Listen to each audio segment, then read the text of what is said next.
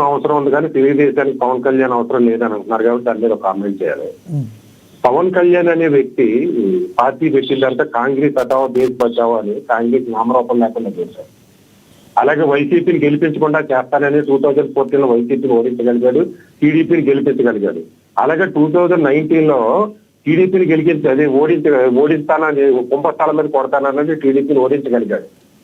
మళ్ళీ 2024 వైసీపీని ఓడించగలిగాడు. దాన్ని బట్టి రుజువుతున్నది ఏంటంటే పవన్ కళ్యాణ్ కి ఎటువంటి పార్టీనైనా ఓడించే గెలిపించే సత్తా ఉంది, అయితే తనకు తాను గెలిచే సత్తా లేదు అనేది నిరూపితమైంది.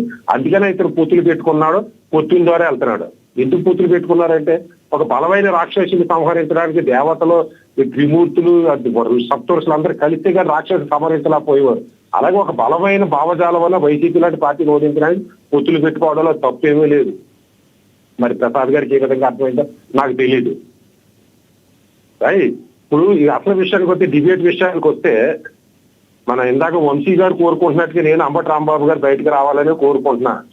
ఎందుకంటే ఇప్పుడు ఇది 1000 కోట్లు అవినీతి ఆరోపణ, ఇది ఆర్థిక నేరారోపణలు ఉన్న వ్యక్తులే 10 సంవత్సరాలు, ఇది 5-10 సంవత్సరాల నుంచి బెయిల్ మీద తిరుగుతున్నారు. ఈయన ఎంతంటే పాపం బూతు పురాణాలు తీసిన అమ్మ మొగుడని బూతులు తీసిన వాళ్ళే, కొడాలి నాని లాంటి వాళ్ళే అరెస్టులు కాకుండా బయట తిరుగుతున్నారు. పాపం ఒకసారి తీసిన అంబటి రాంబాబు అలా జైల్లో ఉండిపోవడం అంత మంచిది కానీ బయటకు రావాలనే కోరుకుంటున్నారు. మీరు ఇంకా గమనించారో లేదో, అక్షర్ సచ్ గారు మీరు గమనించారో లేదో, విజువల్స్ లో కూడా అంబటి రాంబాబు గారు గడ్డం పెట్టుకుని తగ్గేదే లేని సైగ చేస్తున్నారు అల్లు అర్జున్ లాగా. ఏమంటారు మీరు? నేను అదే చెప్పినాను సార్. ఇప్పుడు అంబటి రాంబాబు లాంటి వ్యక్తి, అంబటి రాంబాబు జీవితం రాజశేఖర రెడ్డి కుటుంబానికి అంకితం సార్. రాజశేఖర రెడ్డి గారి పార్టీ ఉన్నప్పుడు చిరంజీవి గారి పార్టీని నాశనం చేయడానికి కానీ, లేదా రాజశేఖర తోటి ఆరోపణలు చేయించిన విషయంలో కానీ, పవన్ కళ్యాణ్ గారి పార్టీ మీద ఆరోపణలు చేయించడానికి కానీ, లేదా పవన్ కళ్యాణ్ గారి పార్టీని నాశనం చేయడానికి కానీ, కాపులు తాగుబోతులు అనడంలో కానీ, ఇవన్నీ కూడా రాజశేఖర రెడ్డి గారి కుటుంబానికి జీవితాన్ని అంకితం చేశాడు అంబటి రాంబాబు. అటువంటి వ్యక్తి రాజశేఖర రెడ్డి గారి కుటుంబానికి దొరకడం రాజశేఖర రెడ్డి గారి అదృష్టం, జగన్మోహన్ రెడ్డి గారి అదృష్టం, కాపులు చేసుకున్న దురదృష్టం. ఇక్కడ ఒక పాయింట్ మిమ్మల్ని అడగాలి. ఇక్కడ ఒక పాయింట్ మిమ్మల్ని, అంబటి రాంబాబు గారు మీరు అన్నట్టు ఒక సామాజిక వర్గం బాగా మాంసం తింటారు, తాగుతారని మాట్లాడిన మాటల్ని అదే పార్టీకి కొన్నాళ్ళు అధికార ప్రతినిధిగా ఉన్న రజనీ గారు కూడా ఈ మధ్య అవును అది నిజమే అని చెప్పి ఇప్పుడు మాట్లాడతాను ఎలా చూడాలంటారు? ఆవిడ సస్పెండ్ అయింది అనుకోండి. అంటే ఇప్పుడు తాగు వాళ్ళంతా కూడా కాపులని మిగిలిన కొనుగోలు తాగుతలేదా ఏంటి? అంటే రజనీ గారిని అంబటి రాంబాబు గారు తాగుతున్నారు కదా, కాపులు అందరూ తాగినట్ట? అంటే నేను తాగను కాబట్టి కాపులు తాగనట్ట? జగన్మోహన్ రెడ్డి గారు చెప్పన్నట్టుగా చెప్తే వాళ్ళ ఇష్టం, అది ఎవరికి హక్కు వాళ్ళకు ఉంది. అది ఎంతవరకు భావ్యం అన్నది రజనీ, ఇద్దరు అడ్వకేట్లే. వచ్చిన కర్మ ఏంటంటే రజనీ గారు అడ్వకేట్, అంబటి రాంబాబు గారు అడ్వకేటే. అక్కడ వాళ్ళిద్దరికి వేవలెంత్ కలిసిందంటారా? వేవలెంత్ కలిసి ఉండొచ్చు, లేదా జగన్మోహన్ రెడ్డి గారు కానీ వైసీపీలో కొంతమంది పెద్దలు కూడా ఆ స్టేట్మెంట్ ఇస్తేనే మిమ్మల్ని మా పార్టీలో ఉండేస్తా, లేకపోతే రానివ్వనని భయంతో కూడా చేస్తూ ఉండొచ్చు. నిన్నటి వరకు తెలీదా ఎవరు రజనీ గారికి కాపులు తాగుబోతులని? Right right point sir. ఇప్పుడు ఒక్క నిమిషం సార్, అంబటి రాంబాబు గారు లాంటి వ్యక్తికి శిక్ష సరిపోతుందంటే నిజంగా అంబటి రాంబాబు గారిలో ఒక మార్పు అంటూ వస్తే, ఎందుకురా నా జీవితం, నేను ఒక అడ్వకేట్ ని, ఒక మంచి కుటుంబంలో పుట్టాను, ఎంతో రాజకీయ అనుభవం ఉంది, చీఫ్ మినిస్టర్ తిట్టడం, పవన్ కళ్యాణ్ తిట్టడం ఎందుకు, నా శాశ్వత జీవితాన్ని మంచి కార్యక్రమాలు కొనసాగుతాను, వైసీపీలో కొనసాగుతాను, మంచిగా ఉంటానన్నది ఉంటే ఈ 10 రోజుల శిక్ష చాలు, జైలు శిక్ష. ఆయనలో మార్పు లేకుండా జైలుకి వచ్చి ఇయ్యాలుగా రేపని బెయిల్ వస్తుంది. బెయిల్ వచ్చిన తర్వాత ఒక మహారాజుని తీసుకొచ్చినట్టు ఊరేగింపులతో తీసుకొచ్చిన పార్టీలు అతను మద్దతుగా ఉన్నప్పుడు, నేను ఒక జైలుకి వెళ్తే నాకు మంత్రి పదవి కన్ఫర్మ్ అయిపోయిందని ఫీల్ అయినప్పుడు అంబటి రాంబాబు గారినే చూస్తున్నారు. గతంలో జగన్మోహన్ రెడ్డి గారు బయటకు వచ్చినా పెద్ద పెద్ద మేళాలతో తెచ్చారు, చంద్రబాబు నాయుడు గారిని తెచ్చినా మేళాలతోనే తెచ్చారు. అంబటి రాంబాబు గారు ఒకళ్ళే మీకు తక్కువగా కనబడుతున్నారా? ఎవరికైనా ఇదే చెప్తున్నారు సార్, ఎవరికైనా ఇదే మాటలు. ఈ వ్యవస్థలో ప్రజల్లో మార్పు రావాలి. జైలుకి వెళ్తున్నాడు మహామహుడని ఫీల్ అయ్యి గెలిపిస్తున్న రోజుల్లో జైలుకి వెళ్ళడం గొప్ప అని ఫీల్ అవుతున్నారు. ఇవాళ ఇప్పుడు అంబటి రాంబాబుని చూసి ఇంకో 10 మంది వైసీపీ వాళ్ళు తిట్టడం మొదలెడతారు. ఎందుకంటే నేను తిరిగితే నాకు రేపు పొద్దున ఒకవేళ వైసీపీ అధికారులకు వస్తే నాకు మంత్రి పదవి వస్తుంది, లేదా నాకేదో కార్పొరేషన్ చైర్మన్ వస్తుంది, లేకపోతే నాకు ఏదైనా ఇస్తారు జగన్మోహన్ రెడ్డి గారు అని ఫీల్ అయ్యి నలుగురు తిడతా కూర్చుంటే, వాళ్ళు జైలుకి వెళ్ళిన తర్వాత 10 రోజులు పోయిన తర్వాత 20 రోజులకి బెయిల్ వచ్చిన తర్వాత వాళ్ళు మహారోజుల్లో ఊరేగించి వాళ్ళు బయటకు వచ్చినప్పుడు కిచ్చిరసిన జనాలు వచ్చి రోడ్డు మీదకి వచ్చేసి తొక్కేసుకుని పడుతుంటే ఆ తిట్టివాడు తప్పే ఉంది, జైలుకి వెళ్ళేవాడు తప్పే ఉందంటే ప్రజల్లో మార్పు అయిన దానికి జైలుకి వెళ్ళిన అందరినీ గెలిపిస్తున్నారు. వ్యవస్థలు మారాలి. మారినప్పుడు అంబటి రాంబాబు లాంటి వాళ్ళు లేదా రోజా లాంటి వాళ్ళు నోరు అదుపులో పెట్టుకుని మాట్లాడతారు. అది ఏ పార్టీ అయినా సరే. ఒక్కటి చెప్పండి, బెయిల్లో ఉన్న నేతలందరూ కూడా ముఖ్యమంత్రులు అవుతున్నప్పుడు మరి ప్రజలు మారాలంటున్నారు, చట్టాలు మారాల్సిన అవసరం లేదంటారా? సార్ చట్టాలు మార్చాలంటే మార్చిపోడు ఎవరు సార్? వీళ్ళే కదా చట్టాలు తయారు చేసేది. ఓకే, ఇప్పుడు బ్రిటిష్ వాళ్ళు తయారు చేసే చట్టాలు మార్చి ఓపిక ఎవరికి ఉందండి? మార్చి చట్టాలు చేసే వాళ్ళు ఎవరు? చట్టాలు మార్చాలి అని గెలిపొందరు ప్రజలు. రాజ్యాంగాన్ని నిర్మించింది బాబాసాహెబ్ అంబేద్కర్ గారు. ఆయన ఒక్కసారి ప్రతి 5 సంవత్సరాలకి 10 సంవత్సరాలకి సవరణ చేసుకునే అవకాశం కల్పించారు ఆయన. కానీ వీళ్ళు కల్పించట్లేదు, అది వీళ్ళు చేయట్లేదు. అది వీళ్ళు ఓట్ బ్యాంక్ అండి. అయినా వ్యవస్థలు మారాలి, వ్యవస్థల్లో వెనుకబాటుతనం, కులాల కుబులాటలు కానీ అస్పృశ్యత తగ్గించాలని ఉద్దేశంతో ఆయన తయారు చేసాడు రిజర్వేషన్ కానీ చట్టాలు కానీ.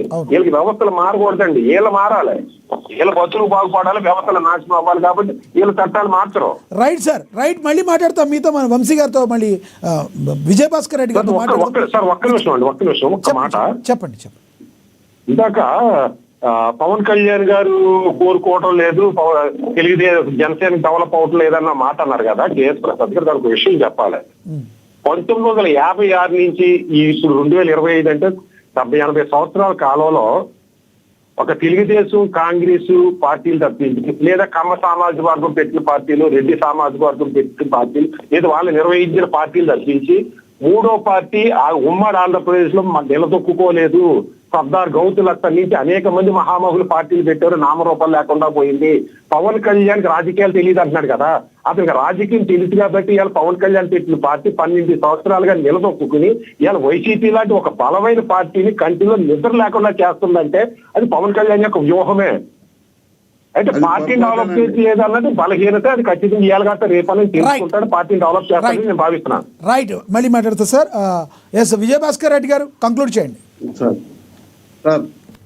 అక్షర సత్యం గారు చెప్పిన దాంట్లో పవన్ కళ్యాణ్ గారు మా కంటి మీద నిద్ర లేకుండా చేస్తున్నాడు అనే మాట పొరపాటు అండి. మీరు ఒకవేళ పవన్ కళ్యాణ్ ని భుజాన్ని ఎత్తుకునో జనసేన భుజాన్ని ఎత్తుకునో మోస్తే మొయ్యొచ్చు, కానీ మా కంటి మీద నిద్ర లేకుండా చేయడానికి ఆయనకేముందండి? ఆయనే కళ్ళు మూసుకొని తిరుగుతున్నాడు. ఇవాళ టీడీపీ ఎన్నికబడి టీడీపీ ఏం చేసినా ఇప్పుడు వాళ్ళ పార్టీలోనే కొలిశెట్టి సత్యనారాయణ గారు లాంటి వాళ్ళు కింద స్థాయి కార్యకర్తలకి మనకు గుర్తింపు ఇవ్వట్లేదు. టీడీపీ వాళ్ళు ఆ పరిస్థితిని మనం గమనించి మన కార్యకర్తలను కాపాడుకోవాలని వాళ్ళు చెబుతుంటే భాస్కర్ రెడ్డి గారు పార్టీ కార్యకర్తలు కూడా మీకెందుకు సార్? ఆయన పార్టీ కార్యకర్తలు మీకెందుకు? మీ పార్టీ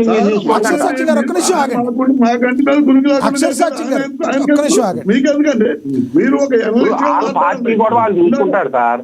పార్టీని నిలబెట్టుకుంటే జనసేన ఉంటది, లేకపోతే పోతది. మీరు మాట్లాడేటప్పుడు ఒక్క నిమిషం ఆగండి అక్షర సత్యం గారు.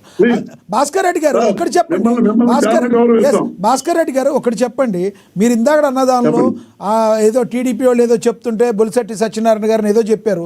విజయసాయి రెడ్డి గారే బయటకు వచ్చి ఇన్ని మాటలు మాట్లాడుతుంటే ఏమి చేయలేని పరిస్థితిలో వైసీపీ ఉంది. దాని గురించి ఏం చెప్తారు మీరు? ఇప్పుడు మేము ఒకళ్ళ మీద కక్ష సాధింపు ఎప్పుడు చేయమండి. ఇప్పుడు గతంలో ఆయన త్రిపురార్ గారు మమ్మల్ని నోటు పెట్టినట్టు మాట్లాడు మా పార్టీ మీద కలిసి, అయినా అతని కర్మని మేము వదిలేసాం. అంతేగాని మేము ఒకరి మీద ఇప్పుడు విజయసాయి రెడ్డి గారు ఆయన కర్మ ఇక్కడ అనుభవించారు. మీరంటే మీరు కర్మను వదిలేయచ్చు. పవన్ కళ్యాణ్ గారు కర్మను వదిలేస్తే మీరు బొలిశెట్టి సత్యనారాయణ గారు మీరు తీసుకొస్తున్నారు కానీ మేము తీసుకురావడం కాదు. సత్యం గారు అన్న మాటకి మాట్లాడాను. సత్యం గారు ఏమన్నారు? జగన్మోహన్ రెడ్డి గారి కంటి మీద పురుగు లేకుండా చేశాడు పవన్ కళ్యాణ్ గారు అంటే ఆయన ఎవరండి? మా జగన్మోహన్ రెడ్డి గారి కంటి మీద పురుగు లేకుండా చేయడానికి ఇప్పుడు అక్షర సత్యం గారు మీరు ఒక ఎనలిస్ట్ గా పిలిచారు. ఆయన ఒకళ్ళు భుజాన్ని వేసుకుని మాట్లాడకూడదు. ఆయన మాట్లాడింది ఇప్పుడు ఒక పార్టీ పరంగా వస్తే నేను కూడా అప్రిషియేట్ చేస్తాను. ఆ విషయంలో ఆయన ఒక పార్టీ పరంగా రాలేదు. ప్రసాద్ గారు లాగానే ఎనలిస్ట్ గా వచ్చారు. ఎనలిస్ట్ గా వచ్చి వైఎస్ఆర్సీపీ పార్టీకి కంటి మీద కురుకు లేకుండా చేశారంటే తెలుసుద్దండి, భవిష్యత్తు తెలుసుద్ది. మేము కాదంటలేదు. ఇవాళ తెలంగాణలో బీఫారాలు ఇచ్చే పరిస్థితి. కంక్లూడ్ చేయండి, టాపిక్ మీద కంక్లూడ్ చేయండి భాస్కర్ రెడ్డి గారు. రాంబాబు గారు ఖచ్చితంగా బయటకు వస్తారు ఇవాళ రేపు, అందులో డౌటే లేదు. అది పెద్ద గొప్ప కేసులేమి కాదు. రెండోది ఏంటంటే రాజుపాలెంలో 307 బుక్ అయిందన్నారు. 307 బుక్ అయిన case 65/19 Rajupalem police station. Rambabu గారు లేరు, ఇన్వెస్టిగేషన్ లో ఆయన పేరు డిలీట్ చేశారు. అది విషయం ఒకసారి వంశీ